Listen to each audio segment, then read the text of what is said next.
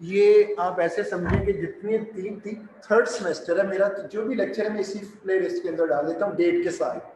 7 semester भी होते हैं, तो आपका जो इधर की रिकॉर्डिंग है वो भी इसी प्ले लिस्ट के साथ मिलेगी। उसको डेजिग्नेट ऐसे करता हूँ, आज है मार्च 9, तो मैं लिखता हूँ मार्च 9 W1 सेक्शन, इनको तीनों के इस सेक्शन के लेक्चर इधर ही होने हैं। तो W1 से पता चल जाएगा कि ये हमारा लेक्चर है, और दूसरे लेक्चर भी सुनना चाहो तो माइंड नहीं करती है यूट्यूब, तो W2 के भी लेक्चर, आज का जो टॉपिक चल रहा है तो दूसरे 2 वर्जन्स भी आपको मिलेंगे। तो होगा इस तरह से, डेट, सेक्शन और आगे टॉपिक नहीं। तो मैं अगर आपको ओपन करके दिखाऊं क्लास लेक्चर, ये आप देखें मार्च 9 W4, मार्च 8 W2, मार्च 4, तो डेट और रिस्पेक्टिव सेक्शन W1 W1। तो आपका एक तो लिंक आपको मूडल पे मिलेगा, तो इधर प्लेलिस्ट में आने की जरूरत नहीं है, उधर ही मिल जाएगा। लेकिन फिर भी अगर कोई एडवांस में कोई चीज़ करना चाहे, और वो प्लेलिस्ट है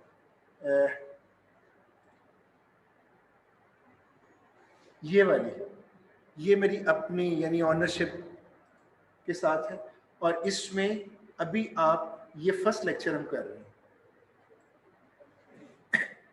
हैं। फर्स्ट लेक्चर हम कर चुके हैं प्रीवियस लेक्चर में, module 2 graphical method solving linear programming using graphical max objective. तो हमने मैक्स ऑब्जेक्टिव कर चुके हैं, और आज हमने सेम वही problem graphical method main objective के साथ करना है। तो अगर मैं इसको दिखाऊं,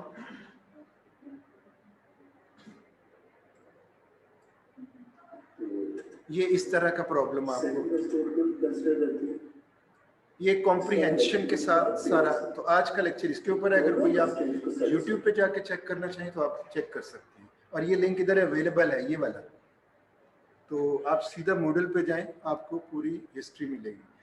स्लाइड से करते हैं, स्लाइड भी आपको मौजूद होगी। अब स्लाइड भी एनिमेटेड है, अगर आप उसको रनिंग मोड में चलाओगे तो प्रॉब्लम सॉल्व करते हुए दिखाएगी। वीडियो लेक्चर्स के अलावा भी आपके पास ये सोल्यूशन। स्लाइड से शुरू करने लगा, और हमारा टॉपिक है जो न्यू कमर्स हैं उनके लिए ये है कि 2 लेक्चर्स इससे पहले हो चुके हैं।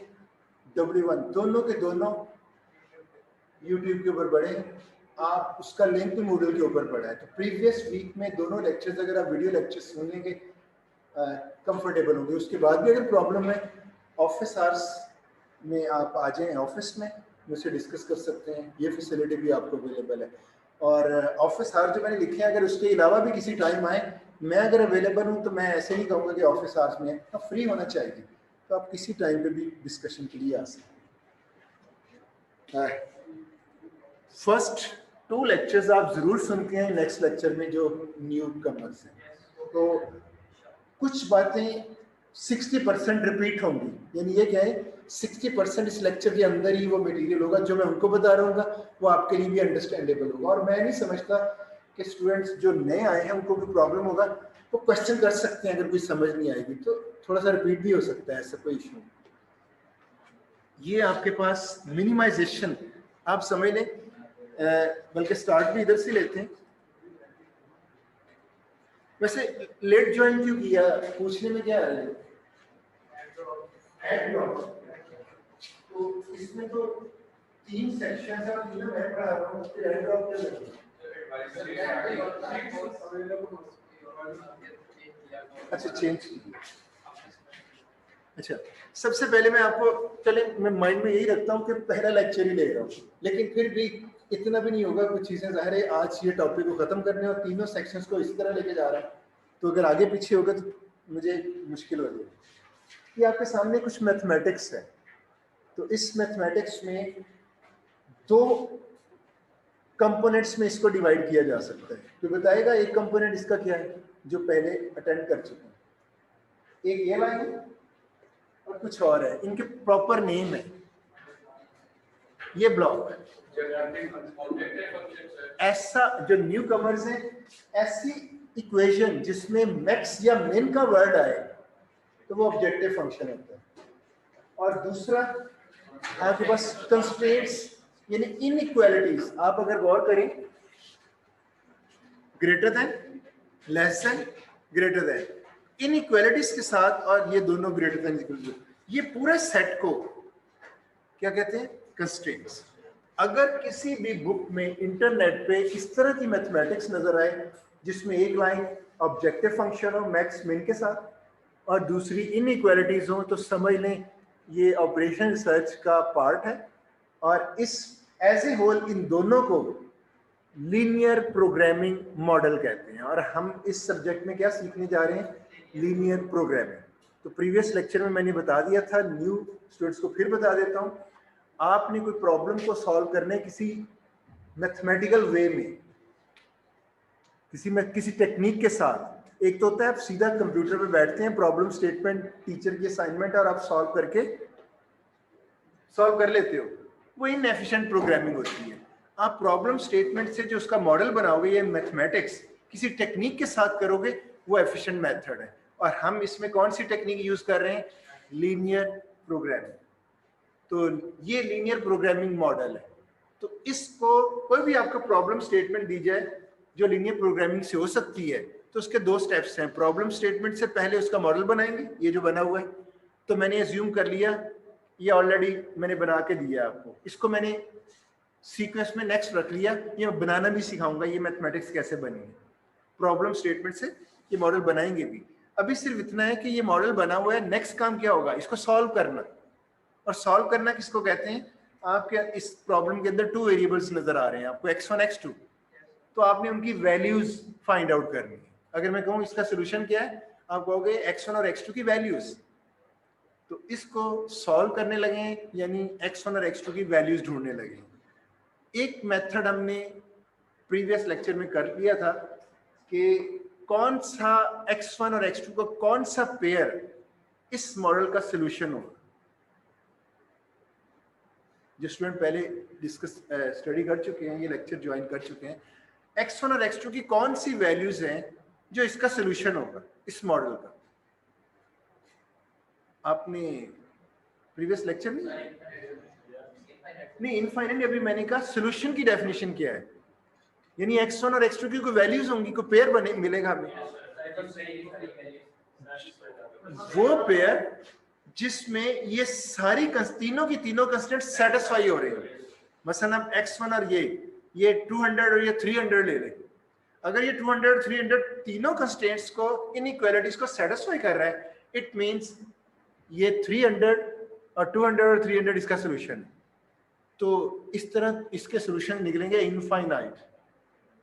तो प्रॉब्लम आ गया इनफाइनाइट, तो आपका लाइफ टाइम भी काफी नहीं है सारे सॉल्यूशंस को एक्सप्लोर करना। और सारे सॉल्यूशंस क्यों एक्सप्लोर कर रहे होंगे? हमने नहीं कहा ऑब्जेक्टिव क्या है हमारा ऑब्जेक्टिव है वो जो ऑब्जेक्टिव फंक्शन बता रहा है, एक उन इनफाइनाइट सॉल्यूशन में से एक सॉल्यूशन हमारा आंसर होगा। और वो कौन सा होगा? ऊपर मेन का वर्ड लगा हुआ है। तो आप देखें x1 और x2 के जितने पेयर्स होंगे, पहले पेयर को पुट करो एक z आएगा, दूसरा पेयर पुट करो z आएगा। 100 पेयर्स हो तो उनमें से जो सबसे मिनिमम होगा z जो पुट करने के बाद जो z कैलकुलेट होगी, जो मिनिमम z होगी वो आपका आंसर है। तो पॉसिबल पेयर्स कितने हैं इसके? इनफाइनाइट। तो वो ना तो वो एक्सप्लोर होंगे और ना ही इसका ऑब्जेक्टिव मिनिमम वो सिंगल सोल्यूशन में मिल सकेगा। तो ब्रूट फोर्स में ये प्रॉब्लम है। और अब हम लीनियर प्रोग्रामिंग टेक्निक के जरिए इसको सॉल्व करेंगे। वो हमें इनफाइनाइट सॉल्यूशन स्पेस भी देगा और उसमें से वो भी दिखा देगा कि कौन सा हमारा आंसर है, यानी ऐसा पेयर जिसकी z वैल्यू मिनिमम हो। तो ये एग्जांपल में थोड़ा सा डिफिकल्टी लेवल पहले प्रॉब्लम से ज्यादा है, 2-3 चीजें डिफरेंट हैं, इसलिए मैंने लिया कि आज ये टॉपिक कंप्लीट हो जाए। एक चेंज, कौन सी चेंज नजर आ रही है? पहले मैक्स था, मिन है। इसका मतलब मैक्स को अगर सॉल्व करना आ गया तो मिन भी हो जाएगा, आज एड्रेस हो जाएगा। तो जिन स्टूडेंट्स को फर्स्ट टाइम है वो आज ही जाके दोनों लेक्चर वीडियोस जरूर देख लें, फिर हमारे साथ मिल जाएंगे। अच्छा, तो अब एक तो मिन का वर्ड है, और क्या डिफरेंस है प्रीवियस मॉडल में? क्या? हाँ, एक ये पहले इंटीजर वैल्यूज थी, अब पॉइंट्स में भी है। और क्या डिफरेंस है? प्रीवियस एग्जांपल में सारी inequalities less than equal to थी, ग्रेटर देन मिक्सचर आ गया, ग्रेटर देन भी है तो इट मींस लेस देन आपको अगर करना आ गया और ग्रेटर देन भी करना आ गया तो ये फीचर भी वाइंड अप हो जाए। तो ये चेंजेस आपको नजर आ रही हैं, मिनिमम ऑब्जेक्टिव और कंस्ट्रेंट्स की डिफरेंट टाइप्स। तो स्टार्ट करते हैं, और जो न्यू कमर्स हैं, जो मैं चीजें अब बताऊंगा आज ही सीख लोगे आप, उसमें परेशानी वाली बात नहीं। हाँ, कोई एम्बिगुइटी रह जाए इधर भी पूछ सकते हैं, ऑफिस आवर्स में पूछ सकते हैं, और लेक्चर वीडियोस भी देख सकते हैं, बार बार देख सकते हैं। रिकॉर्डिंग का मकसद ये होता है बार बार देख सकते हैं। हमने इसको ना ग्राफ के ऊपर प्लॉट करना है। तो ग्राफ आई थिंक सारे स्टूडेंट्स पहले मैथमेटिक्स में कहीं ना कहीं तो बना चुके होंगे। तो इन इनइक्वालिटीज को ग्राफ के ऊपर प्लॉट करना है, जी को नहीं, जी को छोड़ दें। ये जो बॉक्स, बड़ा बॉक्स है, इसके अंदर कंस्ट्रेंट्स कितनी है? बाहर तो 4 नजर आ रही है, ये कंस्ट्रेंट बिल्कुल डिफरेंट होती है, इसलिए इसका डिस्टेंस भी डिफरेंट करके रखा है। हर प्रॉब्लम में लीनियर प्रोग्रामिंग मॉडल अगर है, हर प्रॉब्लम में जितने वेरिएबल्स होते हैं वो पॉजिटिव ही होने चाहिए। तो ये जो कंस्ट्रेंट है ये तो तमाम प्रॉब्लम के लिए सेम है। दूसरी, ये इसकी एक्चुअल कंस्ट्रेंट्स हैं कि x1 plus x2 greater than equal to 800 होना चाहिए, ये अपनी है। ये 3 कंस्ट्रेंट्स प्रॉब्लम आप कह सकते हो। वो 4 क्योंकि सब में आ रही है, हर प्रॉब्लम में आएगी, तो इसलिए हम उसको इम्प्लिसिट कंस्ट्रेंट कहते हैं बाय डिफॉल्ट। अगर ये 3 वेरिएबल प्रॉब्लम होता तो आखिरी लाइन क्या होनी थी? x1 x2 x3 greater than equal to 0। और ये वेरिएबल कितने हो सकते हैं? रियल लाइफ में 100 वेरिएबल प्रॉब्लम भी देखा हुआ है। तो वो आखिरी कंस्ट्रेंट क्या होनी है? x1 x2 x3 up to x100 greater than equal to 0। ये तो सेम रहेगी, इसको इम्प्लिसिट कंस्ट्रेंट कहते हैं। इसको प्लॉट करने की जरूरत भी नहीं है, प्लॉट करेंगे ऊपर वाली 3 को। तो 1 बाय 1 कंस्ट्रेंट्स मैंने नंबरिंग कर दी, कंस्ट्रेंट की 1 2 3 ग्राफ के ऊपर लेके आना है। और ऑब्जेक्टिव पता क्या है? हमें ऐसे पेयर की जरूरत है x1 x2 की जो तीनों की तीनों कंस्ट्रेंट्स को सेटिस्फाई करे। वो पेयर सिर्फ फर्स्ट कंस्ट्रेंट को ना सेटिस्फाई करे, तीनों की तीनों को करेगा तो हमारा सोल्यूशन होगा। और उनमें से फिर बेस्ट सोल्यूशन हमें देखना है जो मिनिमम z के साथ आएगा। ये चीज क्लियर होगी? 1, अब प्लेन मैथमेटिक्स है, लेक्चर से हटके। ये ग्राफ पेपर मैंने एक बना लिया, ग्राफ पेपर ले लिया, ग्राफ लाइनिंग ड्रॉ की हुई है। सबसे पहला पॉइंट, इसकी मैंने स्केलिंग की है 500 1000 1500। आपको कैसे पता चलेगा ये 500 1000 और 1500 है? ये भी तो हो सकता है 2 4 6 1 2 इतनी बड़ी वैल्यूज ली। तो आपको याद होगा जो ग्राफ पेपर पहले बना चुके हैं, इसको हम स्केलिंग कहते हैं। आप कैसे स्केल करते थे? आपके पास एक x होता था और एक f ऑफ x, यही ग्राफ बना रहे होते थे। आप x को 1 लेते थे, f ऑफ x कैलकुलेट हो जाता था, वो y एक्सिस पे प्लॉट होता था। तो आपने x1 लिया, f ऑफ x आ गया, x2 लिया, f ऑफ x आ गया, x3 4, तो 10 की 10 x। या आप ये कह सकते हो कि x आपका इवन नंबर से 2 लिया f ऑफ x, 4 लिया f ऑफ x। तो आप एक टेबल बना रहे होते थे कि x की ये वैल्यू है तो f ऑफ x ही किया है। और फिर जब आप ये एक टेबल की वैल्यूज बना लेते हो, फिर आप कहते थे x स्मॉलेस्ट क्या है। अभी मैं इवन नंबर्स को लूँ 2, लार्जेस्ट क्या है 10, तो आप उसकी स्केलिंग इस तरह से कर लेते हो कि उसकी इतनी डिवीजन्स बन जाए। 2 to 10 5 डिवीजन में तो चल सकता है ये, क्योंकि 2 का गैप है। और f ऑफ x फर्ज करें मिनिमम 25 है और मैक्सिमम 100 है, तो आप कह सकते हो ऐसी स्केलिंग करूं कि इतने इंटरवल्स आए कि 25 और 100 तक डिवीजन कर लें। तो मेरे ख्याल में ये चीजें याद होंगी आपको कि आप स्केलिंग करें। इधर स्केलिंग कैसे करनी है? इधर स्केलिंग मैं थोड़ा सा प्लॉट कर लूं, मुझे एक स्टूडेंट ने याद करवाना है कि सर स्केलिंग आपने बतानी, क्योंकि जब वो चीजें एक्सप्लोर होंगी फिर मैं आपको बताऊंगा मैंने 500 1000 और 1500 क्यों लिए, और फिर आपको भी पता चल जाएगा आपने कैसे लेने। तो अभी इसको पेंडिंग रखते हैं, मुझे आपने याद करवाना है। जैसे सारी लाइंस प्लॉट हो जाएंगी, आपने कहना सर वो स्केलिंग का बताना है, बस इतना। आपने वो वाली फर्स्ट कंस्ट्रेंट को प्लॉट करना है। आप देखें इसका डबल बिहेवियर है, x1 x2 इक्वल भी है 800 के और ग्रेटर भी है, उनको अलग अलग कर।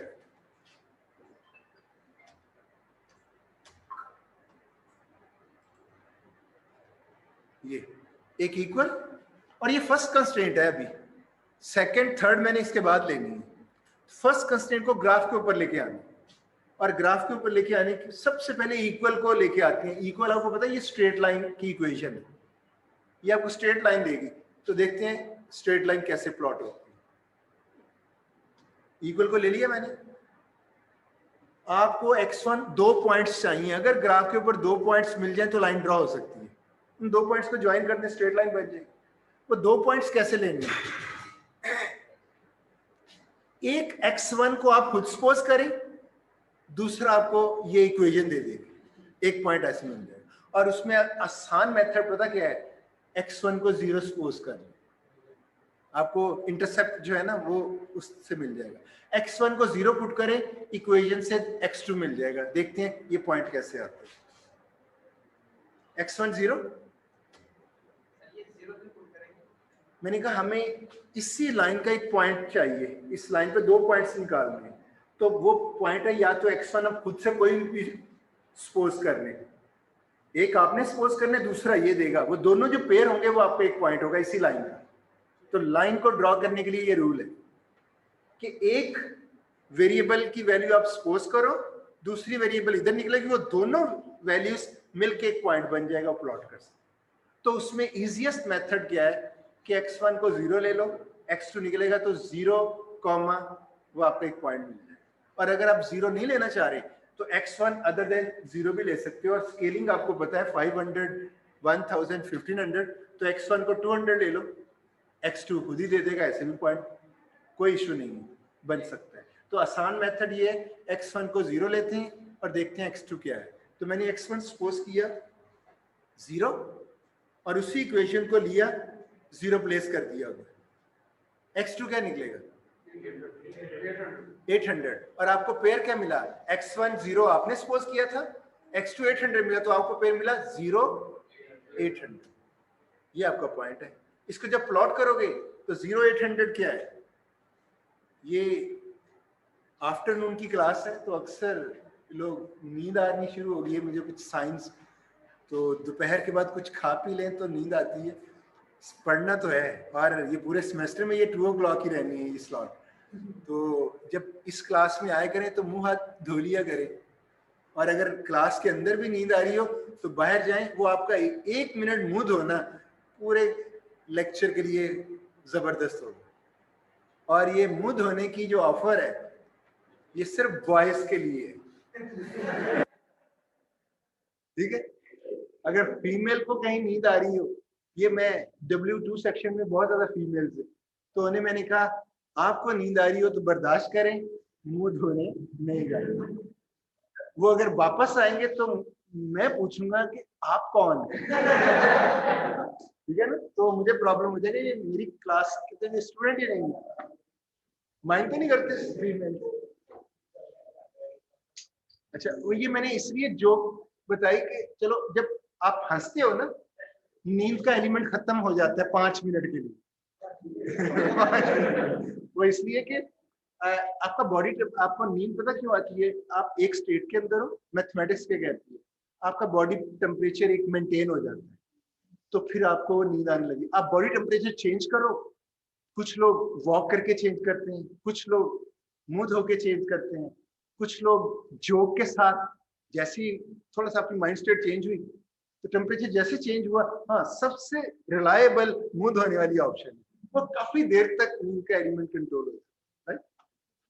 अच्छा चलें वापस आते हैं अभी जी। आपका ये पॉइंट x1 0 और 800 कहाँ प्लॉट होगा? अब मुझे कोई ये स्टूडेंट ना कहे कि सर ये तो नहीं मुझे आता, तो चलो ठीक है रिफ्रेश कर लेते हैं। x1 0 यानी x1 डिस्टेंस नहीं है, ये x1 है और ये x2 है। x1 डिस्टेंस 0 है, मीन ये इधर नहीं जाना, बस यही x1 है, और x2 की हाइट ऊपर लेनी है, वो 800 है। और मैंने जब 500 इसको 500 के पैचेस लिए हुए हैं, तो इसके स्मॉल स्क्वायर बॉक्सेस 10 है, तो 500 के 10 डिवीजन करें तो एक छोटा बॉक्स कितनी वैल्यू का होगा? 50 का 2 100 के हो जाएंगे और 10 500। तो आपका 800 पता कहां से बनेगा? 500 के ऊपर 2 का जंप लें 3 दफा, ये देखें 500, ये 2 स्क्वायर बॉक्स 600, 7 800, ये पॉइंट प्लॉट हो गया। एक और पॉइंट मिल जाए दूसरे एक्सेस पे तो आपकी लाइन ड्रॉ हो जाएगी। वो क्या करेंगे, आप x2 0 पुट करें, x1 इसी इक्वेशन से निकालें, सिंपल। x2 0 लिया, उसी इक्वेशन में x1 plus x2 equal to 800 में 0 x2 की जगह पे x1 800। तो अभी आपके पॉइंट के कोऑर्डिनेट्स क्या आए हैं, x1 को पहले बोलते हैं और x2 को बाद में, क्या क्या क्या बोलेंगे, 800 0, ये आपका पॉइंट है। और ये x एक्सिस पे बनेगा, x1 एक्सिस पे, और ये बनेगा 800, ये 5 6 7 8, और x2 तो 0 है, ये 0 आ गया। और इस लाइन को आप ज्वाइन कर, तो मेरे ख्याल में जो नए आए हैं इनके लिए कोई ये मिस्ट्री नहीं होगी। अगली चीज मिस्ट्री है और थोड़ा सा इंपॉर्टेंट है, उसमें मैं टाइम भी लूंगा सिखाने के लिए, क्योंकि आज सुबह भी मेरा लेक्चर था, मुझे पता चला उनको क्या क्या डिफिकल्टीज हैं। और अभी मैं तो ये अज्यूम कर रहा था उनको प्रीवियस लेक्चर समझ आ गया, लेकिन उनकी क्वेश्चनिंग से पता चला अभी बहुत कुछ सीखने वाला है। तो आप भी अगर क्वेश्चन करोगे तो टीचर ज्यादा अच्छे तरीके से बताए, अगर चुप करके बैठोगे तो एजम्पशन ये भी आपको समझ आ रही है, जबकि नहीं आ रही। तो इसलिए आपने जब कुछ समझ नहीं आती तो आपने क्वेश्चन करना।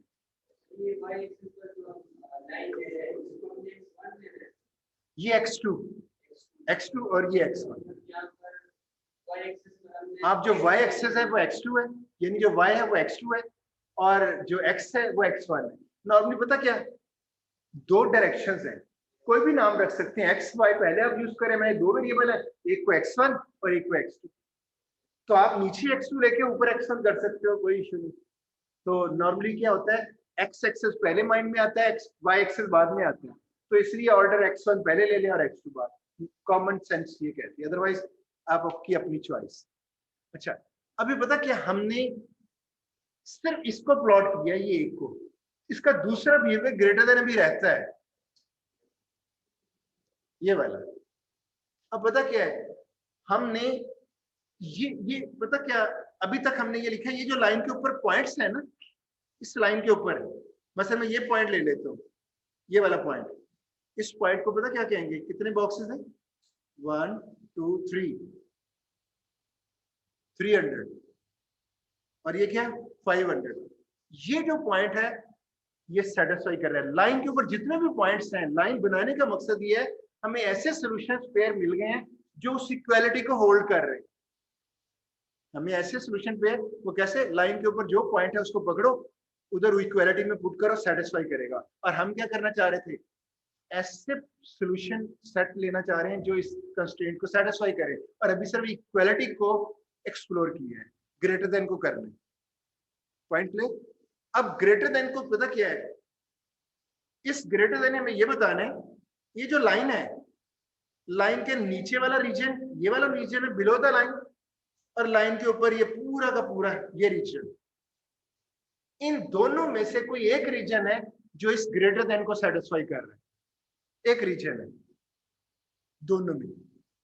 उसको चेक करने का एक मेथड, कैसे चेक करेंगे, आपने ये देखना है कि इस इक्वालिटी को, ग्रेटर देन को, कौन सा सॉल्यूशन या कौन से पॉइंट सेटिस्फाई कर रहे हैं, इस रीजन के अंदर से कोई पॉइंट ले लें या इस रीजन के अंदर से पॉइंट ले लें, कहीं से भी कोई भी पॉइंट ले लें। आपको अगर वो सेटिस्फाई कर रहा हो, वो पॉइंट जिस रीजन में है उसकी सिलेक्शन करनी है। अगर वो सेटिस्फाई नहीं कर रहा तो समझ लें दूसरा सेक्शन है, तो दूसरा पॉइंट लेने की जरूरत नहीं। अब मैं आपको ये बताऊं, एक पॉइंट तो ये लाइन से ऊपर वाले रीजन, ये पॉइंट कौन सा है, ये तो बताएगा, इसको कैसे पढ़ेंगे, 500 ये पॉइंट लाइन के ऊपर है या नीचे है, ऊपर है। तो मैं अगर 500 प्लेस करता हूं तो ये सेटिस्फाई होती है या सेटिस्फाई, इट मींस आपकी सॉल्यूशन स्पेस ये है, यानी ये पोर्शन। एक इसका दूसरा तरीका भी था, ये लाइन है, ये origin 0 0, origin below the line है, और 0 0 अगर सेटिस्फाई करेगा तो ये रीजन होगा, नहीं तो वही होगा। अभी हमें पता चल गया वो है, जस्ट क्रॉस चेक के लिए मैं इस ओरिजिन, मैंने कहा था ना, इस लाइन के इधर वाला पॉइंट लें या इधर वाला लें, दोनों सूरतों में आपको आंसर मिल जाएगा। तो ये 0 0 लेता हूं, मैंने इधर 0 0 लिया हुआ, सेटिस्फाई कर रहा है या नहीं? नो, मींस ये वाला सेक्शन ही नीचे वाला वही ऊपर वाला है। देखिए पहले पॉइंट ने भी वही दिया, तो आप इस रीजन का कोई पॉइंट ले लें या उस रीजन का, दोनों सूरतों में आपको आंसर मिल जाएगा। क्यों? अगर वो सेटिस्फाई करेगा तो वही रीजन है, अगर सेटिस्फाई नहीं करेगा तो दूसरा रीजन। तो इट मींस मुझे इसने बता दिया कि रीजन लाइन के ऊपर वाला है, ये सोल्यूशन स्पेस। पहले लाइन ड्रॉ की थी इक्वालिटी से, अब लाइन के ऊपर वाला रीजन, ये पूरा रीजन ऐसा रीजन है जो फर्स्ट कंस्ट्रेंट को सेटिस्फाई कर रहा है। क्या मतलब? पहले इक्वालिटी ली थी, मींस ये जो रेड लाइन के ऊपर पॉइंट्स हैं ये भी सेटिस्फाई करें। क्यों? ये उसका इक्वल वर्जन है। और ये वाला सारा वर्जन आपको पता है ग्रेटर देन या less than infinite solution space होती है, तो ये वही पोर्शन है सारा का सारा। तो अब आप इस पूरे रीजन के अंदर, मैं इसको देखे बगैर इधर ऐसे फिगर रखता हूं, एक्सटर्नल एक्स को देखते हैं, इसको पुट करेंगे सेटिस्फाई करेंगे करके देख लीजिए। कोई भी फिंगर आप किसी भी रीजन में यहां पर फिंगर रखते हैं, इसके एक्सटर्नल एक्स को देखें, स्केल से ग्राफ से पुट करें, सेटिस्फाई करेगा। और अगर मैं इधर फिंगर रखता हूं, इस पॉइंट को जब इधर से लूंगा उसमें लिखूंगा तो सेटिस्फाई नहीं करेगा। तो इसका मतलब है मैं ग्राफिकल मेथड से फर्स्ट कंस्ट्रेंट को जो pairs, solution pairs x1 x2 pair, जो पेयर्स सेटिस्फाई कर रहे हैं तो मैंने एरिया ढूंढ लिया। अब अगर आप मुझे ये कहें कि जी ऐसा सॉल्यूशन पेयर दो जो फर्स्ट कंस्ट्रेंट को सेटिस्फाई करता है, मैं इस रीजन के अंदर कोई भी रीड करके बता दूंगा कि ये नहीं, और 100% गारंटी होगी वो सेटिस्फाई करेगा। ये चीज क्लियर हो गई? और हमने सिर्फ एक कंस्ट्रेंट को नहीं देखना, ऐसे ये सॉल्यूशन पेयर तो मिल गए, पेयर्स इनफाइनाइट पेयर्स हैं ये जो फर्स्ट कंस्ट्रेंट को सेटिस्फाई कर रहे हैं। हमने हमारा प्रॉब्लम का कौन सा सॉल्यूशन है जो तीनों कंस्ट्रेंट्स को सेटिस्फाई करे, तो हमने वन बाय वन दूसरी कंस्ट्रेंट को भी इसी तरह प्लॉट कर। यहां तक कोई इश्यू तो नहीं किसी को? दूसरी कंस्ट्रेंट ही में दो वर्जन इक्वल और लेस देन, इक्वल को लिया, वही मेथड, x1 को आप सपोज कर लें, x2 निकलेगा 1 पॉइंट, x2 को आप सपोज कर लें, x1 मिल जाएगा 1 पॉइंट, और या 0 सपोज करके दूसरा पॉइंट, दोनों मेथड है। तो पहले देखते हैं 0 वाला, क्योंकि इसकी थोड़ा सा डिफरेंट क्वेश्चन है। मैंने x1 0 लिया, ये जो डॉट है ना ये मल्टीप्लीकेशन है, ऐसी वो डेटा भी डॉट का है, पॉइंट ना समझिए। माइनस 0.3 x2, x2 क्या निकलेगा 0, वो उधर जाके 0 हो जाएगा ना। x1 आपने 0 लिया, x2 क्या निकला 0, मींस ओरिजिन की बात कर रहे हैं। एक पॉइंट हमें मिल गया, दूसरा पॉइंट लेना है। दूसरा पॉइंट क्यों लेना है? स्ट्रेट लाइन बनानी है, स्ट्रेट लाइन के लिए 2 पॉइंट चाहिए, एक मिल गया, दूसरा क्या था, ये पॉइंट बना रही है हमने, ये देखें इधर से ओरिजिन बनता हुआ नजर आएगा, ये वाला पॉइंट, राइट। दूसरा क्या था, x2 को 0 सपोज करें और x1 मिल जाएगा, देखते हैं वो भी 0 निकला, ये तो फिर वही पॉइंट आ गया। क्या करें, हमें 2 पॉइंट तो चाहिए लाइन के लिए, एक पॉइंट पे तो लाइन नहीं बनेगी, वो 2 पॉइंट होंगे तो उसका स्लोप क्लियर हो जाएगा, वो लाइन टेढ़ी कितनी है। अब क्या करें, इसका मतलब है जो 0 सपोज करने वाला इधर नहीं काम चल रहा। अब ये भी बता देता हूँ कहाँ काम करेगा वो 0 वाला और कहाँ नहीं करेगा। जो लाइन ओरिजिन से पास कर रही हो उसमें 0 वाला मेथड नहीं चलेगा कि 0 सपोज कर, जैसे अभी देखा। और ये कैसे पता चलेगा, एक और इसको पहचान बता दें। ये जो इक्वेशन है, अगर राइट साइड 0 हो, इसकी लीनियर इक्वेशन है, राइट साइड 0 तो समझ लें ये ओरिजिन से पास होगी। पहले देखा था 800 था राइट साइड पे, इसलिए जहां पे right hand side other than 0 हो वो जो पहले मेथड था चलेगा।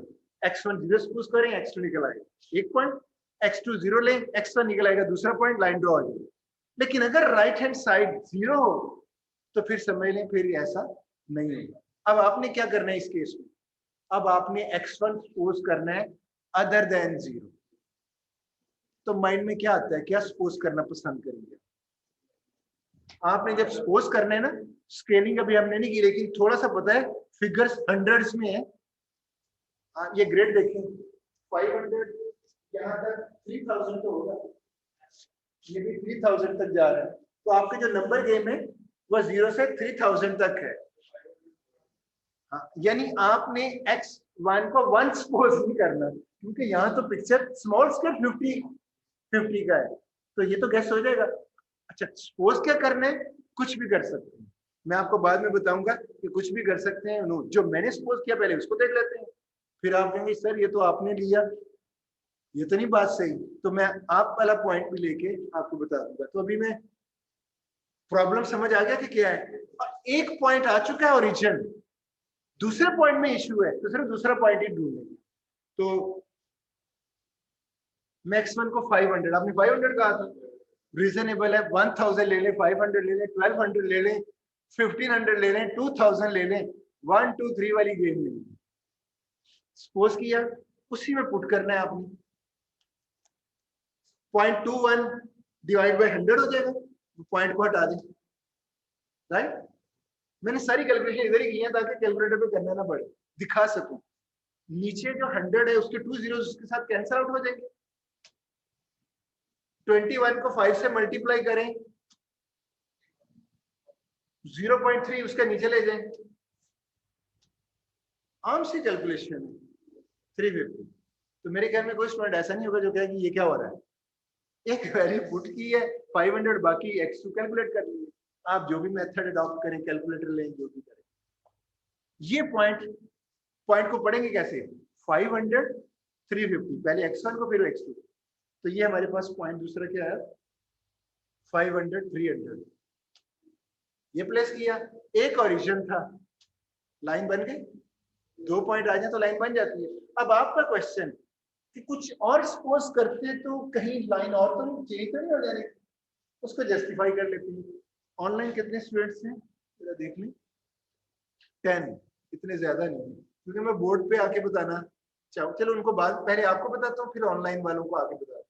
आप मुझे बताएं x1, आप अपनी तरफ से और सपोज कर लें 500, आप बताएं। आप देखिए एक तो चीज है, x1 इसके अंदर ही सपोज करोगे ना, x 10,000 क्यों लोगे, तो वैसे कॉमन सेंस सेरीज के अंदर है, क्या लोगे आप हैं? अगर आप 800 लोगे इधर कहीं आएगा, तो जो आपका x2 कैलकुलेट होगा वो इसी लाइन के ऊपर ये हाइट होगी, इसी लाइन का पॉइंट है। और अगर आप 1500 लेते हो x1, तो उसको जब पुट करते हो जो उधर से आएगा ये x2 आएगा, मतलब है कि लाइन यही बनेगी, जो भी पॉइंट आपका स्लोप यही रहेगा। स्लोप पता किस पे चेंज होता है, एक और चीज मैं बता दूं, जो मैथ्स के लोग हैं जब इन्होंने स्लोप की टर्म यूज की, इट मींस इनको मैथमेटिक्स का है कॉन्सेप्ट। स्लोप चेंज कहां पे होता है, स्लोप में ये जो वैल्यूज है ना x1 का कोएफिशिएंट और x2 का कोएफिशिएंट, ये चेंज करता है स्लोप। क्यों, अगर ये तो हमारी फिक्स्ड है, हम x1 वेरिएबल की वैल्यू लेके कोई पॉइंट ले रहे हैं, तो एक ही लाइन बनेगी, x1 को कोई भी सपोज करेंगे तो जो कोएफिशिएंट्स हैं वो सेम, मेरा पॉइंट। अच्छा अब देखिए, हाँ आप x2 भी सपोज करोगे, उसमें ये था, आपने x2 ये सपोज किया 2000, जो आपका x1 आएगा ये वाला, वही पॉइंट। यानी कहने का मतलब जब आप लाइन की इक्वेशन है इसी लाइन की है ना, तो इसी के पॉइंट्स आएंगे, यही ड्रॉ होगी, लाइन टेढ़ी नहीं होगी जैसे हमने स्लोप का कहा, यही लाइन है। आप कोई भी सपोज करो, दूसरी जो वैल्यू आएगी इसी लाइन के ऊपर ही पॉइंट आएगा। इसका मतलब है कुछ भी सपोज किया जा सकता है रेंज के अंदर, ग्राफ की जो स्केलिंग की है उस रेंज के अंदर। तो इसका मतलब है सपोज करने की टेंशन खत्म। एक तो मैंने ये बताया, अगर आपकी right hand side other than 0 हो, फिर तो बड़ा आसान मेथड है, x1 0 लें, x2 एक पॉइंट, x2 0 लें, x1 कैलकुलेट करें, दूसरा पॉइंट लाइन ड्रॉ कर लें, फिर तो कोई इश्यू नहीं। लेकिन अगर राइट हैंड साइड 0 जैसे इस केस में है, फिर आपको x1 खुद सपोज करना होगा। एक तो ओरिजिन ले लें, वो तो है ही, दूसरे पॉइंट के लिए x1 सपोज करना होगा, x2 का वो पॉइंट बनाए, लाइन ड्रॉ करने, इतना ही है, इसमें एक पॉइंट सिर्फ चाहिए आप। अब ये तो था इसका इक्वल वर्जन। दूसरा कौन सा वर्जन है, लेस देन 0। ये रीजन क्या करेगा, अब तो आपको बताना चाहिए, लाइन हमारी आ चुकी है। इस इनइक्वालिटी ने क्या करना है, इसने ये बताना है कि लाइन के अपर वाला पोर्शन है या डाउन वाला, जैसे पहले बताया। इस लाइन ने ये बताया था कि इस लाइन से ऊपर वाला है। अब हमारी ये लाइन है, अब हमने डिसाइड करना है कि ये पोर्शन है या ये पोर्शन है। अब इस पोर्शन के लिए भी हम ओरिजिन को नहीं ले सकते, वो तो लाइन के ऊपर ही है। तो हमें लाइन के अपर सेक्शन या डाउन सेक्शन में कोई पॉइंट लेके चेक करने को सेटिस्फाई करता है ये नहीं। अगर सेटिस्फाई करता है तो वो रीजन है, नहीं करता तो दूसरा रीजन है। वही काम कर रहे हैं जो पहले किया था। देखते हैं क्या होता है। आप मुझे खुद बताएं, हम ये पॉइंट ले सकते हैं, ये वाला जहां मैंने ये पॉइंटर रोका हुआ है, ये लाइन के ऊपर है। इस पॉइंट को पढ़ेंगे कैसे? 500 500, तो 500 500 इसके अंदर, सॉरी ये अभी हम रीजन देख रहे हैं, रीजन। हाँ, 500 500 लेके इधर प्लेस करते हैं। ये अगर सेटिस्फाई कर गया ये, अदरवाइज दूसरा। तो मैंने इधर क्या किया वो दिखा देता हूँ। आप कुछ भी कर, आप ये भी ले सकते हो, इधर कोई पॉइंट ले सकते हो या इधर कोई पॉइंट ले सकते हो। तो मैं ये ले रहा हूँ पॉइंट 500 1000। अभी 500 500 कहा था, वो भी चेक हो सकता है। मैंने लिया 500 1000 मीन 500 ये पॉइंट है, और मैंने पॉइंट को दिखा भी दिया। मैंने क्रॉस लगाया हुआ, एक्स मीन्स कि ये एक पॉइंट ले रहे हो। अब हमने सिर्फ ये देखना है, ये पॉइंट अगर सेटिस्फाई करेगा, सेकंड कंस्ट्रेंट की सॉल्यूशन स्पेस ऊपर वाली होगी, अगर सेटिस्फाई नहीं करेगा तो नीचे वाली होगी। यही डिसीजन है ना। तो जरा चेक करते हैं। ये मल्टीप्लाई किया, ये डॉट नहीं है, मल्टीप्लाई सॉल्व किया, ये आंसर आया। तो बताएं ये सेटिस्फाई कर रहा है या नहीं? नेगेटिव साइन लेस ही होता है 0 से। तो इट मींस सॉल्यूशन स्पेस जो सेकंड कंस्ट्रेंट की है वो ये वाली है। 1500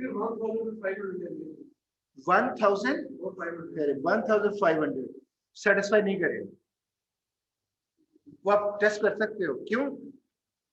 ऊपर वाला ही जब एक ही सेटिस्फाई करेगा, जब वो रीजन ये आपका ये सॉल्यूशन स्पेस होगी। इस लाइन के ऊपर मैंने डायरेक्शन बता दी, ये रीजन, और इसको मैं शेडेड करने लगा हूं। ये जो ग्रिड है ये किसको सेटिस्फाई कर रही है? Second constraint. अब मैं बारी बारी पूछता हूं, इधर का जो सॉल्यूशन पेयर है वो किस कंस्ट्रेंट को सेटिस्फाई कर रहा है? फर्स्ट। ये वाला किसको सेटिस्फाई कर रहा है? सेकंड ग्रिड है। ये वाला किसको कर रहा है? दोनों को नहीं कर रहा, दोनों को नहीं कर रहा। ये किसको कह रहा है? दोनों को। पीछे जो शेडेड एरिया है वो फर्स्ट का है, ग्रिड सेकंड, दोनों को कर रहा है। और हमने कौन सा सॉल्यूशन स्पेस एरिया बनाना है जो सबको करे? अभी दूसरे का है।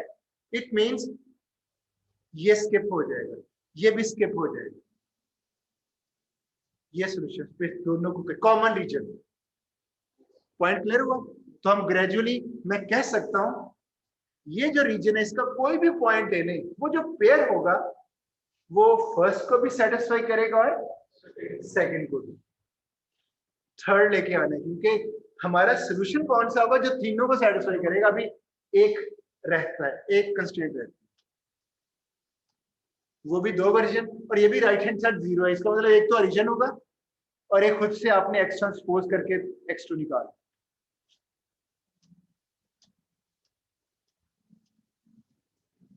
जीरो जीरो ये, और इधर मैं प्लॉट करने लगा हूं वी लाइन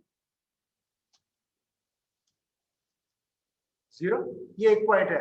अब आप तो इसको करने की भी जरूरत नहीं है, अगर राइट हैंड से 0 तो एक ओरिजिन पॉइंट है, वैसे दूसरे को कैलकुलेट कर ले।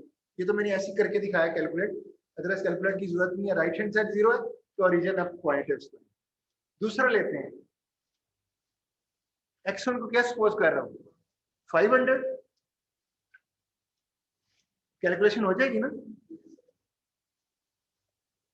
1500। तो कहां पे पॉइंट बनेगा? ये अभी लाइन ड्रॉ करनी है। एक पॉइंट ओरिजिन है, दूसरा पॉइंट बन रहा है 500 1500। नजर आ रहा है? थोड़ा सा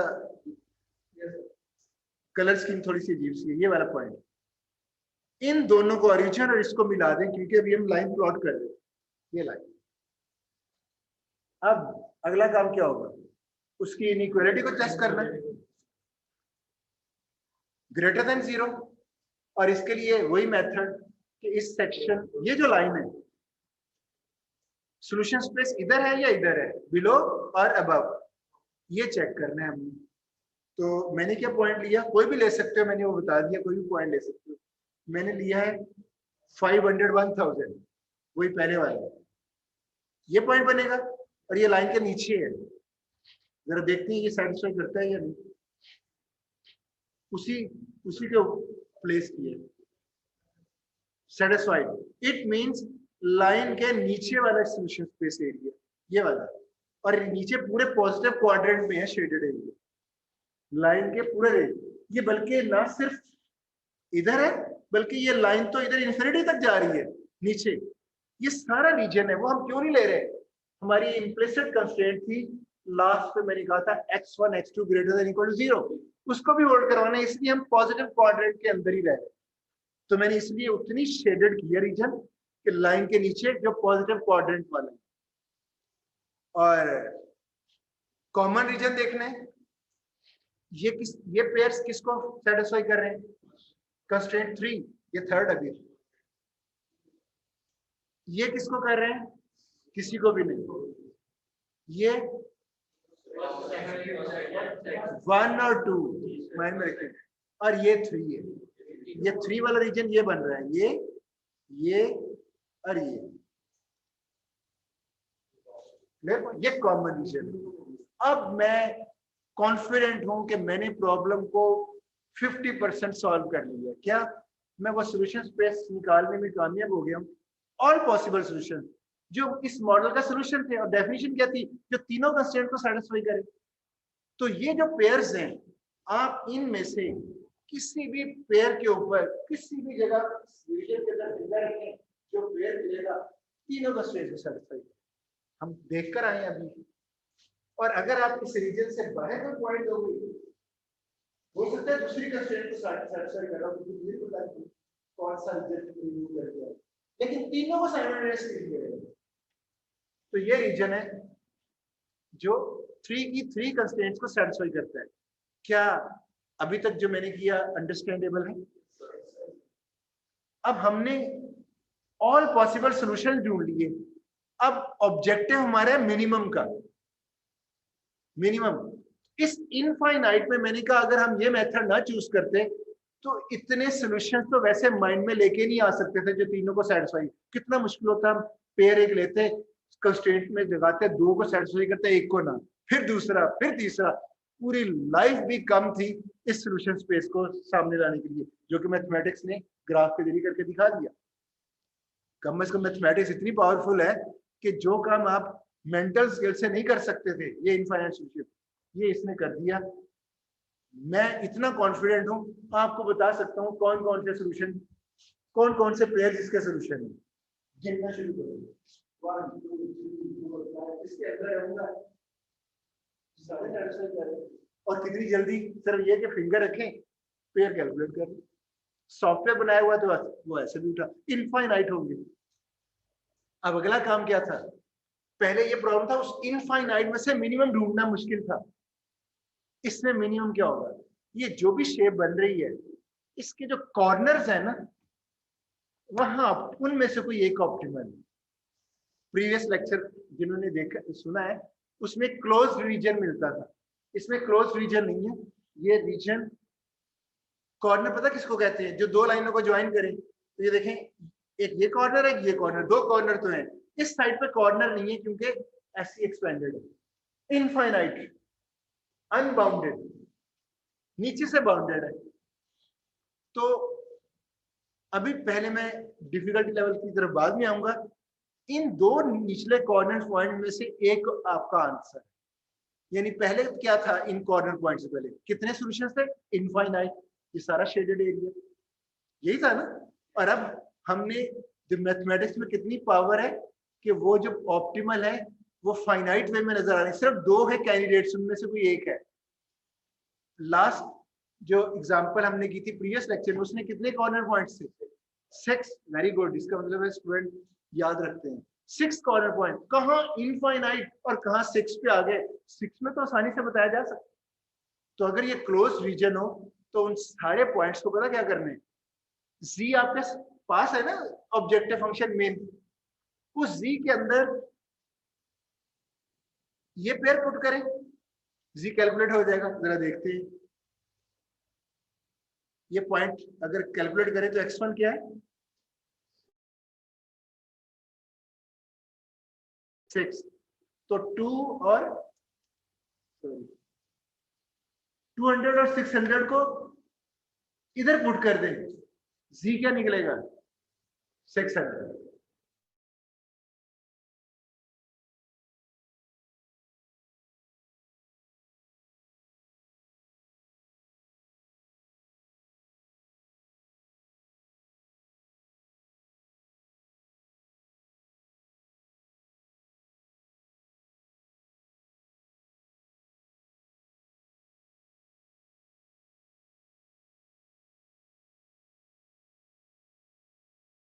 दो चीजें कर,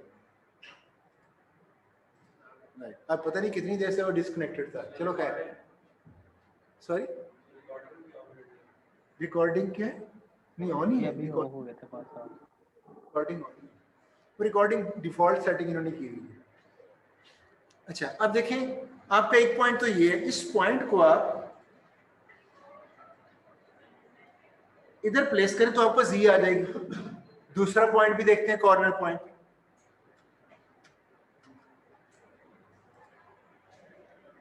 ये पॉइंट है, इसको जरा थोड़ा सा कैलकुलेट, ये कितना है 470 पॉइंट, वो 50 के अंदर भी मार्जिन है, तो ये पॉइंट है 470.6। जब आप ग्राफ बनाएंगे तो स्केल आपके पास होगा और एग्जैक्ट पता चल सकता है। वो और बात है कि आपसे ना हो रहा हो लेकिन मेथड इसका आंसर दे रहा है। एक होता है आपसे नहीं हो रहा, एक होता है मेथड ही नहीं दे रहा, मेथड देगा, आपको आना चाहिए। ये x1 है और ये x2 है, इसमें z कितना कैलकुलेट नहीं, 470 437, इन दोनों में से एक ऑप्टिमल है, वो कौन सा है। तो अब आप देखें, आज हमने जब स्टार्ट लिया था क्या एक टेक्निक होती है ब्रूट फोर्स, ब्रूट फोर्स कहते हैं जो आप मेंटल स्केल को यूज करते हुए, अगर मैं कहता हूं ये 3 कंस्ट्रेंट्स हैं, ऑल पॉसिबल सॉल्यूशंस एक्सप्लोर करो और उसमें से ऑप्टिमल बताओ, तो मेरे ख्याल में इनफाइनाइट एक्सप्लोर करना ही मुश्किल था। ग्राफ में वो सारी शेप बन गई और उनमें से मिनिमम ढूंढना मुश्किल था, जबकि इधर कॉर्नर पॉइंट्स ने दे दिया। तो ग्राफिकल मेथड की जरा पावर देखें, ये कितना पावरफुल मेथड है। और ये जो प्रॉब्लम हम सॉल्व कर रहे हैं ये आपकी मैथमेटिक्स नहीं है, ये रियल लाइफ के प्रॉब्लम है। और ये पता कौन सा प्रॉब्लम मैंने लिया है, डाइट प्रॉब्लम, यानी एक डॉक्टर सजेस्ट करेगा कि इस पेशेंट को जो डाइट बना के देनी है उसमें इतनी फाइबर और इतनी प्रोटीन होनी चाहिए, ये x1 और x2 आपकी वो डाइट है। तो वेरिएबल गेम आपकी रियल लाइफ की एक एग्जांपल है। ये जो x1 है तो ये बता रहा है कि इतनी क्वांटिटी इसकी बनेगी और x2 दूसरी डाइट है ये, और ये जो z है वो z ये कह रहा है कि कॉस्ट कितनी आएगी उसके ऊपर।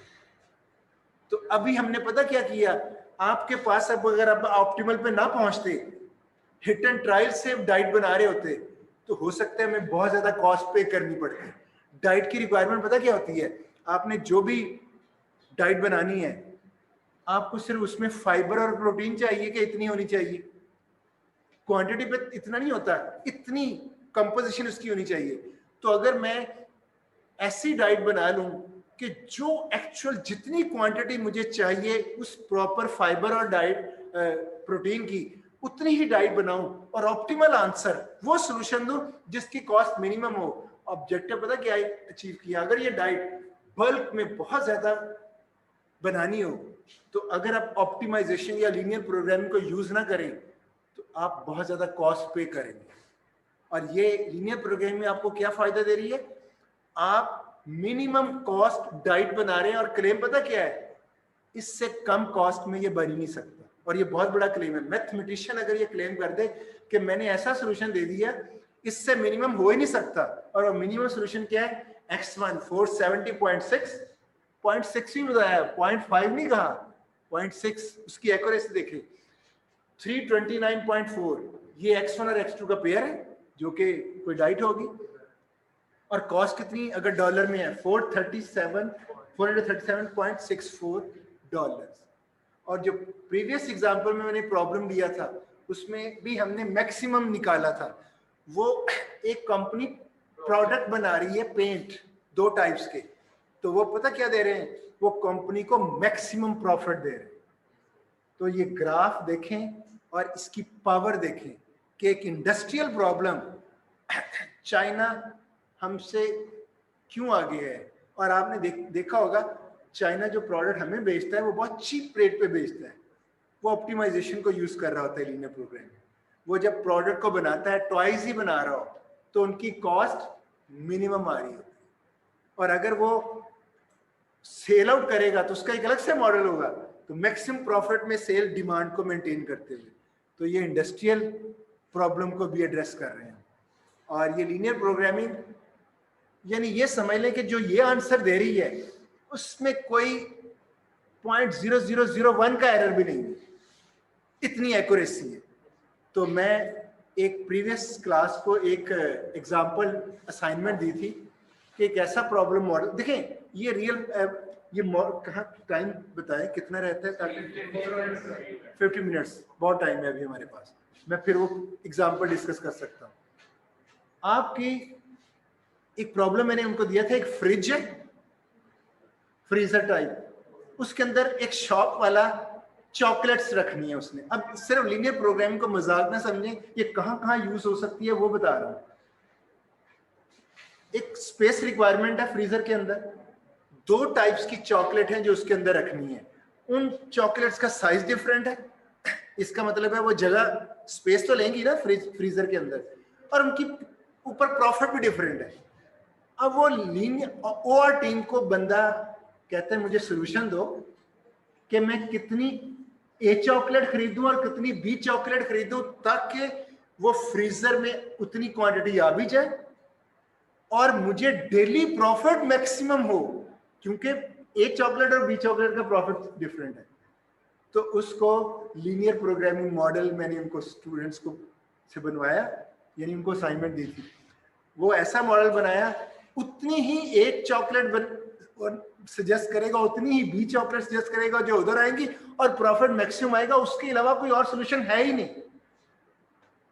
अब आप खुद अंदाजा करो, जो चॉकलेट तक का फ्रीजर की जगह तक का भी कैलकुलेशन कर सकता है और प्रॉफिट मैक्सिमम मार्जिन क्या करता होगा। आप क्रिकेट टीम में आपने देखा होगा बॉब वुलमर, आप तो अभी आपने जो अभी प्रॉब्लम बताई है इसे हम मैथमेटिकल मेथड में किस तरह यानी उसका लीनियर प्रोग्रामिंग मॉडल, ये मैं आपको शेयर करूंगा, उसका सोल्यूशन मैंने बना के आप सबको दिखा दूंगा।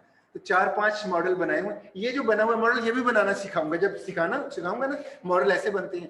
फिर वो चॉकलेट वाला वर्जन, और एक और है गुज्जर फैमिली से तो नहीं कोई, वो है गुज्जर फैमिली पे एक बंदे ने उसको मॉडल की करवाया ओआर टीम से, वो कितनी काउस खरीदे, कितनी बफरस खरीदे, उनके मिल्क की रिक्वायरमेंट और सारा, और प्रॉफिट मैक्सिमम आए उसको भी मॉडल किया हुआ है।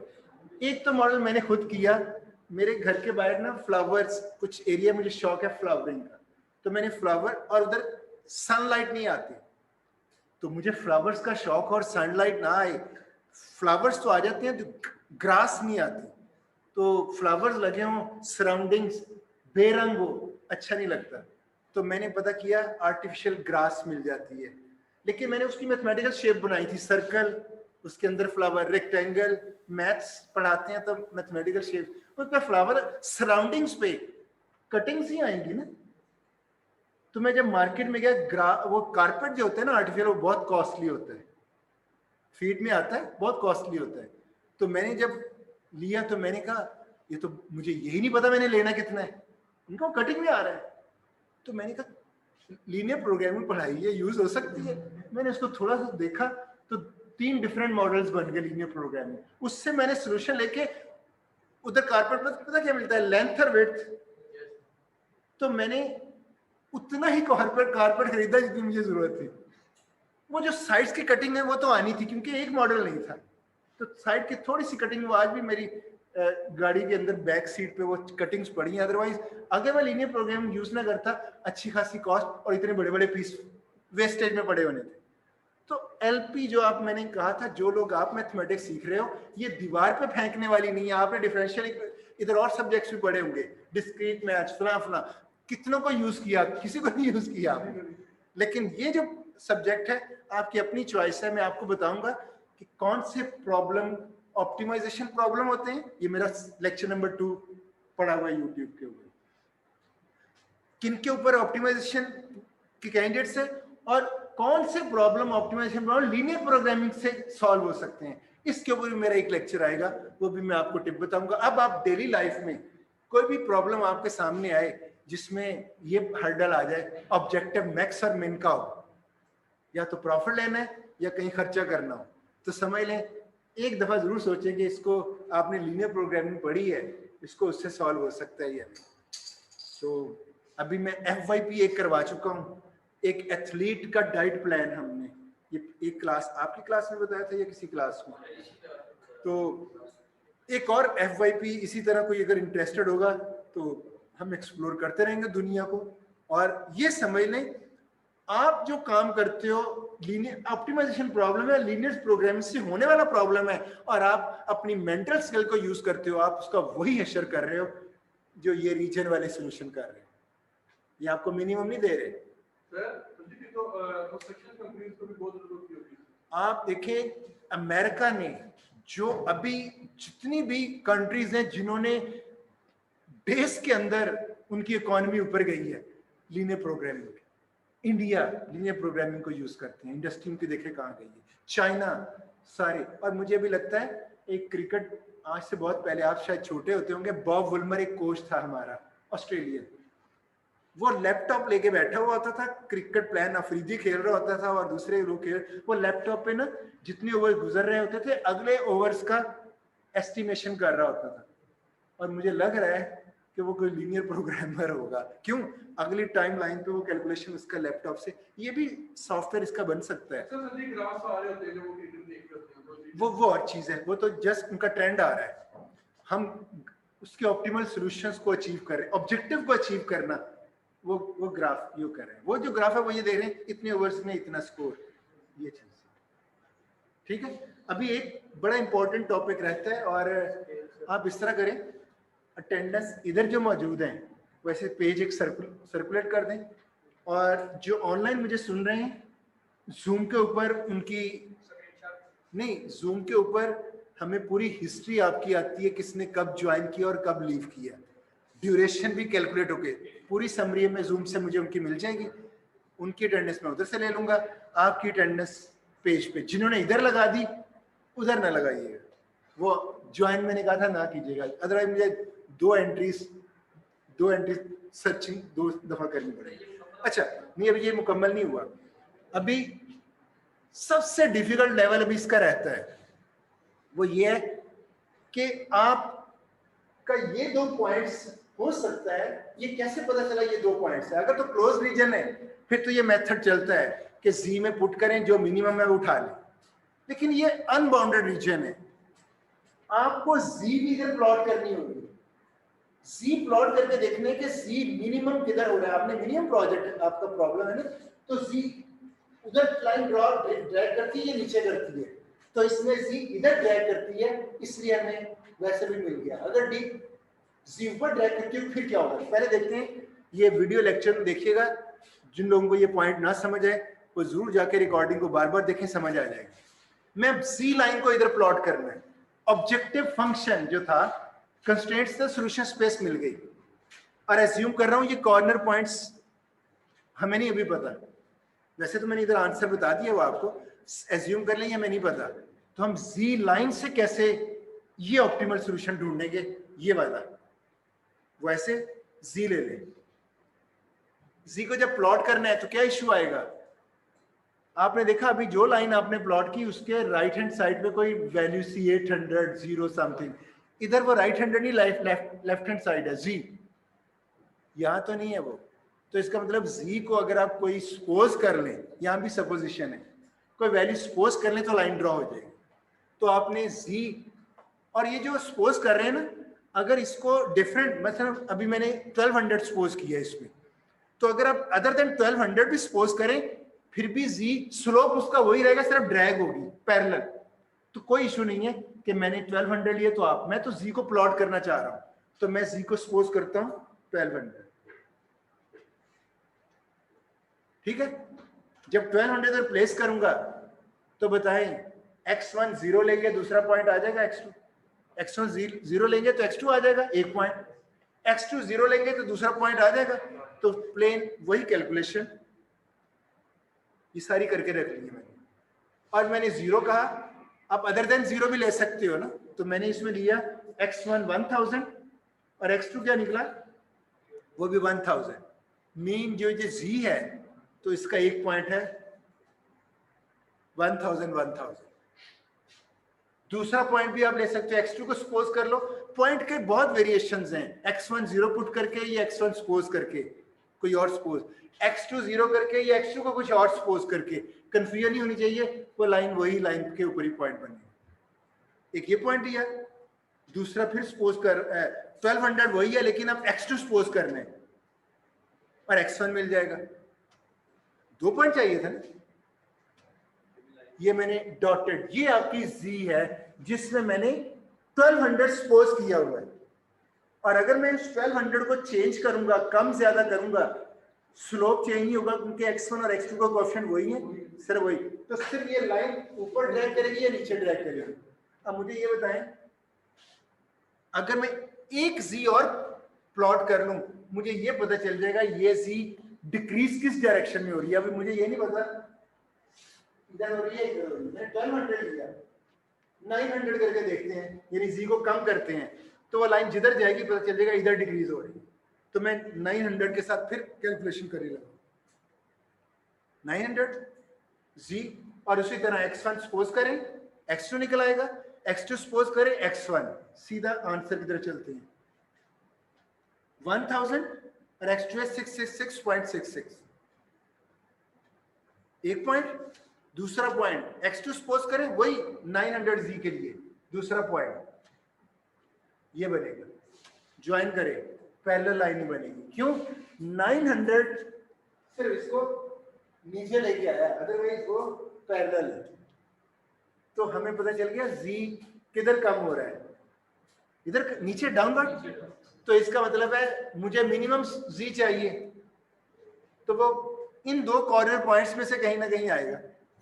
तो जरा चेक करते हैं, ऐसी रफली एक z ऐसी बना दी, आपको कैलकुलेट करने की जरूरत नहीं, एक z आ जाए और ये पता चल जाए किस डायरेक्शन में है। एक स्केल रखें, स्केल को ऐसे ड्रैग करते हैं, ऐसे ना होगा, कॉर्नर पॉइंट का पता चल जाएगा जो लास्ट टाइम टच होगा। क्यों, देखें अभी आपकी ये z, ये 900 है, ये 1200, ये z मुझे नहीं भी पता, मैंने ऐसी रफली ड्रॉ कर दी है, फर्ज कर लीजिए 300 की है, तो बताएं आपको अभी भी सॉल्यूशन की इंप्रूवमेंट है। ये देखें ये पोर्शन नीचे जो इसके है, ये कौन सा है, इससे भी बेहतर z का पड़ा हुआ है, क्यों, वो इस z से नीचे है, तो मतलब है ये जो सॉल्यूशन पॉइंट्स हैं ये वाले,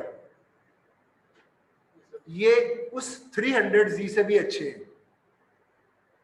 एक और z ले लें, अभी भी देखो ऑप्टिमल नहीं है, ये जो थोड़ा सा कॉर्नर पड़ा है, कितने सॉल्यूशंस होंगे इसके अंदर, इनफाइनाइट, वेरी गुड, इनफाइनाइट होंगे, अभी भी z मतलब और नीचे z भी अवेलेबल है। इट मींस ऑप्टिमली ड्रैग करते हुए आपका कॉर्नर पॉइंट कौन सा बनेगा, ये वाला, तो ड्रैग करते हुए आप ये कॉर्नर पॉइंट, ये तो पहले ही फेल हो गया ना, यहाँ पे जब आए थे तो अभी भी पोर्शन था अच्छे z का और मिनिमम, तो ड्रैग करते ये कॉर्नर पॉइंट, और इस कॉर्नर पॉइंट के बाद अगर हम कह दिए और अच्छी z चाहिए, z को और नीचे ले जाएं, क्या इशू आएगा, z तो और मिनिमम हो गई नहीं, तो ये पॉइंट हमारा सॉल्यूशन पे, सॉल्यूशन वाले नहीं, ये सारी किसी भी कंस्ट्रेंट को सेटिस्फाई नहीं कर रहे, तो हमने तो वो सॉल्यूशन लेना है जो कंस्ट्रेंट्स को सेटिस्फाई करे, साइमल्टेनियस तीनों को, और मिनिमम वो कॉर्नर पॉइंट ही होगा z। और अगर मैं सपोज कर लूं कि यही प्रॉब्लम, मैं सिर्फ सपोज कर रहा हूं, आपको ये पता चल गया ऐसे करके भी कॉर्नर पॉइंट ढूंढ सकते हैं, मैंने सिर्फ यही बताया एक भी ये प्लॉट करें, एक और प्लॉट करें, आपको पता चल जाएगा किधर वो इंप्रूव कर रही थी। मिनिमम में इंप्रूवमेंट क्या है, जी कम होना शुरू हो जाए। आप इधर स्केल रखें, ऐसे है, ये कॉर्नर पॉइंट आ गया, लेकिन अभी रीजन है, इट मींस ये नहीं है, आगे जाए, ये कॉर्नर पॉइंट आपका सोल्यूशन होगा। और अगर मैं इस प्रॉब्लम में सपोज कर लेता हूं कि ऑब्जेक्टिव मैक्सिमम का था, मिनिमम का नहीं है, ऐसे सपोज करके देखते हैं, तो इसका मतलब है जी इधर इंप्रूव कर रहा है, अरे मैं मैक्सिमम चाहिए, मिल जाएगा, अनबाउंडेड नहीं मिलेगा। क्यों? आप यहां तक गए, शेडेड रीजन है ऊपर, वो उससे बेहतर जी है, तो कभी मिलेगा नहीं। तो इट मींस जो भी जी लोगे, जितना भी बड़ा लोगे, उससे भी और जी बेहतर मौजूद है। इसको कहेंगे, अगर इस तरह की सिचुएशन आ जाए, अनबाउंडेड सॉल्यूशन है। और ऐसा मॉडल अगर ये है तो हम उसको दो एंगल से देखेंगे, कहेंगे भाई मैक्स गलत लगाया हुआ है, मिनिमम होगा, आपने बनाते हुए गलती कर ली मॉडल, एक आंसर। और अगर कोई बज़िद हो कि नहीं मैक्स ही है, उसे को फिर आपकी ख्वाहिश इस जिंदगी में पूरी नहीं हो सकती।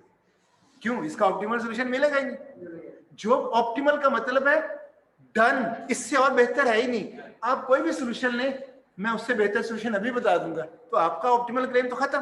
तो यहाँ ऑप्टिमल का क्लेम नहीं हो सकता।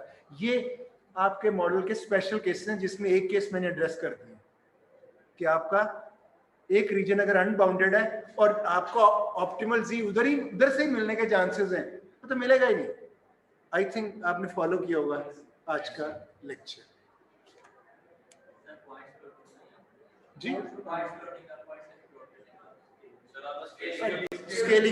स्केलिंग का एक तो ये था, कितनी लाइन है, 1 2 3 3 लाइंस ड्रॉ की थी ना हमने, 3 कंस्ट्रेंट्स की 3 लाइंस, 3 लाइंस के सारे पॉइंट पहले कैलकुलेट करके रखे, x1 x2, एक दो ये नहीं है, क्या है, दो पॉइंट्स तो आए थे ना, तो टोटल कितने पॉइंट्स हमें मिल जाएंगे। हमें उसमें x1 जितने पॉइंट्स हमने लिए सब में x1 मिनिमम और मैक्सिमम देख लो।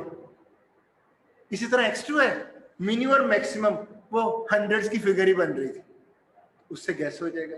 जैसे आप टेबल नहीं बताया था, आप टेबल लेते हो मिनिमम x और मिनिमम fx मैक्स, तो इसमें जो आपके पॉइंट्स है ना, वो पॉइंट्स क्या क्या थे, 0 800, याद होगा आपको, 800 0, तो जो एक पहला पॉइंट है वो x1 है, तो सब में देख लें x1 क्या है, उसमें मिनिमम 0 था और मैक्सिमम जो भी बनते, तो आपको अंदाजा हो जाएगा आप इसकी स्केलिंग कितनी जो आपके लिए रीडेबल भी हो, और एक्सपेंड कर सकते हो इसको पॉइंट पर। देखिए सारे पॉइंट्स को जब आप लेके आओगे तो सेट ऑफ वैल्यू सारी सामने आ गई, उसकी मिनिमम मैक्स आ गई, तो स्केलिंग कर सकते हो, डिवीजन बना सकते हो ना कि x1 की ये डिवीजन होगी क्योंकि इसका बिग बॉक्स, उसका बिग, जो आप कर रहे हो, ये आंसर हो गया। और कौन सा क्वेश्चन था बाकी, जो वो मैंने बता दिया कि एक सपोज करोगे दूसरा आपको मिल जाएगा। अब जी लेवल पे भी इस तरह की सपोजिशन चलिए, आई थिंक मैं तो यही फील कर रहा हूँ, जितने लोग हैं नींद कुछ लोगों की खत्म हो गई थी, एक्टिव हो गए थे, एक दो स्टूडेंट अभी भी वो उनके फेस एक्सप्रेशन से लगता है कि उनको नहीं समझ आ रही। तो जहां 10 लोग हों, सबको समझ आ जाए तो आइडियल केस है, और आइडियल केस एग्जिस्ट नहीं करता दुनिया में राइट। तो मेरी अभी भी कोशिश होगी, जिनको नहीं समझ आई वो ऑफिस में आके अंडरस्टैंड करें, इधर भी नेक्स्ट क्लास में फर्स्ट लेक्चर में पहली दफा 10 मिनट इसके लिए रख लेते हैं, पूछ सकते हैं राइट। और नेक्स्ट लेक्चर में हम खुद से ग्राफ में, आप ग्राफ पेपर लेके हैं, खुद से, जब खुद से बनाने लगेंगे पता चलेगा नहीं अभी भी बहुत कुछ सीखना है, तो इसलिए मैंने एक सेशन पूरा इधर रख दिया। तो नेक्स्ट क्लास में सब लोग ग्राफ पेपर लेके हैं, जो ऑनलाइन बैठना चाहेंगे वो भी ग्राफ पेपर सामने रखें, मैं खुद बनाऊंगा आपके साथ और देखेंगे पहले कौन बनाता है, ठीक है। Thank you very much.